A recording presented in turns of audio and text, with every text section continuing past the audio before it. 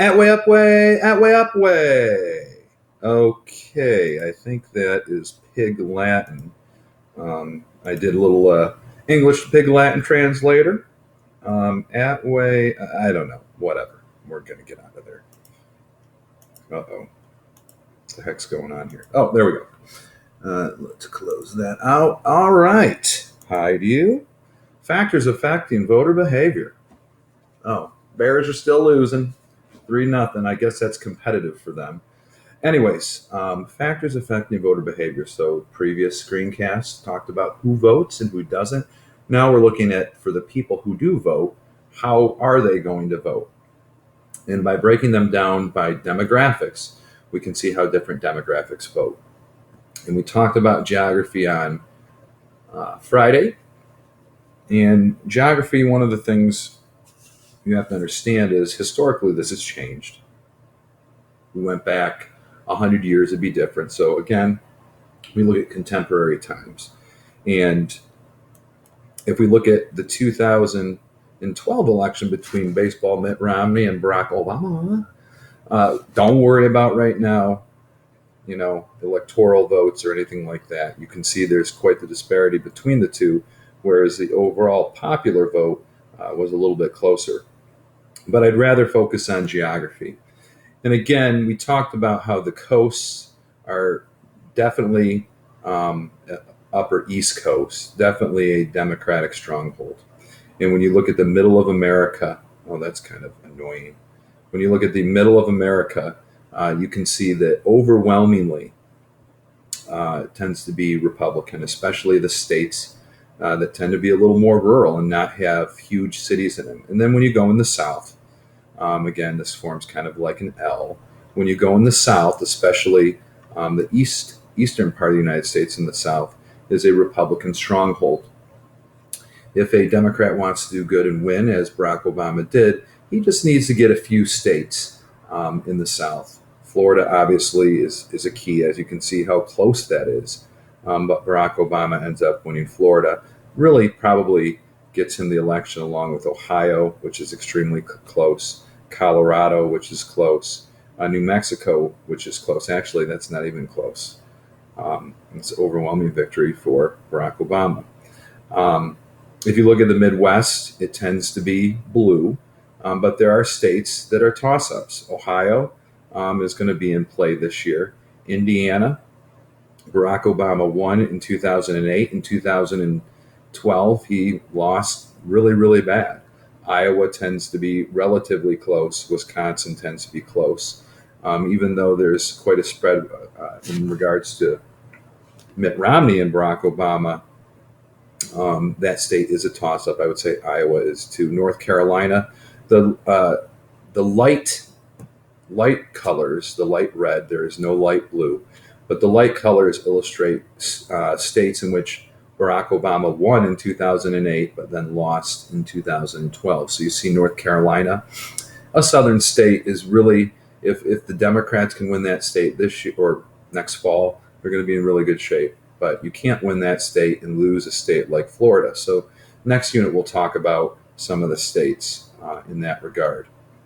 So a great illustration in regards to just simply shading it by color of how geographically our country, specifically the states, will vote.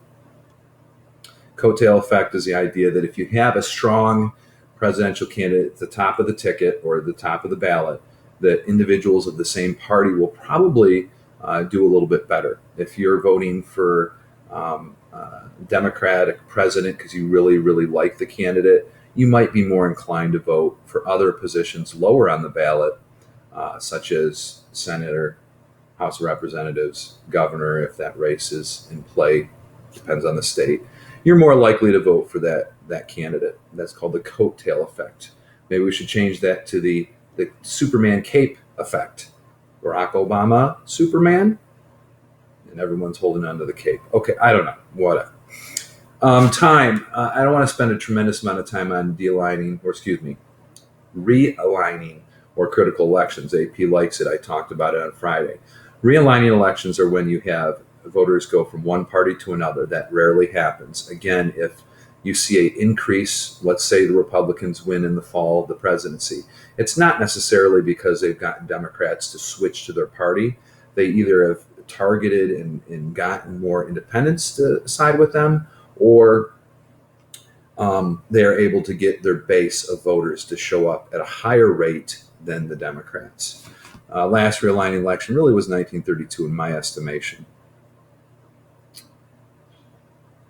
Partisanship is the easiest predictor of how someone is going to vote. If you know that someone is a registered Republican, it is very easy to assume that they are going to vote Republican when they go to the poll and vote for whatever office there is. Where this becomes a little bit tricky is we've had a increasing number of independent voters who do not claim to be a member of the Democratic or Republican Party. That ends up being about 1/3 of the electorate, the people who are able to vote. And those are the voters, again, that you're going to target once you've gotten your party's nomination. So you'll see the rhetoric between the Democrats and the Republicans become a little less ideological once they're facing off against each other, because you have to target the independents or the moderate voters who are in the middle. It was asked today, straight ticket versus split ticket. Split ticket voting means you vote for, say, the president, you vote for a Democrat, U.S. Senate, you vote for a Republican.